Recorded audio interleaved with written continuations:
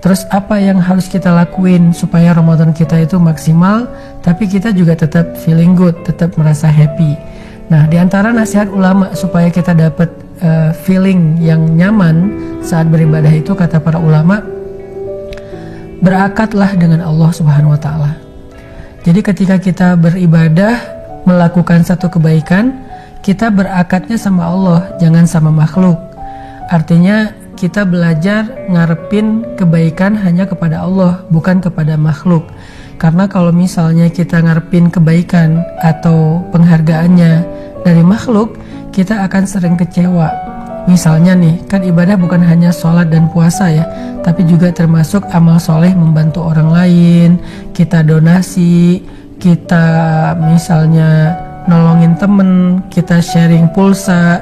Mungkin di antara teman-teman yang lagi work from home atau yang lagi kuliah online, belajar online, kekurangan pulsa nih, akhirnya kita sedekah pulsa untuk dia supaya dia bisa tetap online belajarnya di sekolah ataupun di kampus.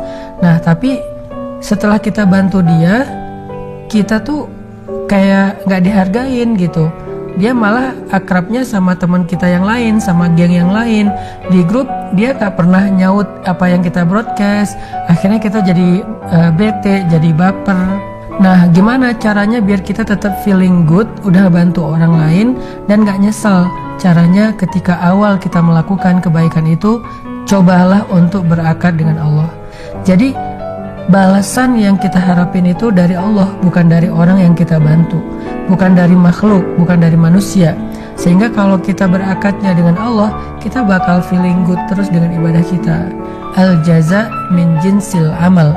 Balasan itu tergantung jenis amal yang kita lakuin.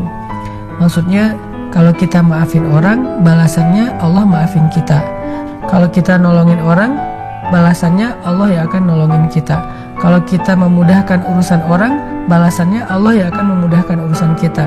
Nah, ini bukan hanya kaidah fikih, tapi harus jadi semacam akad dalam kita berbuat baik, dalam kita beramal.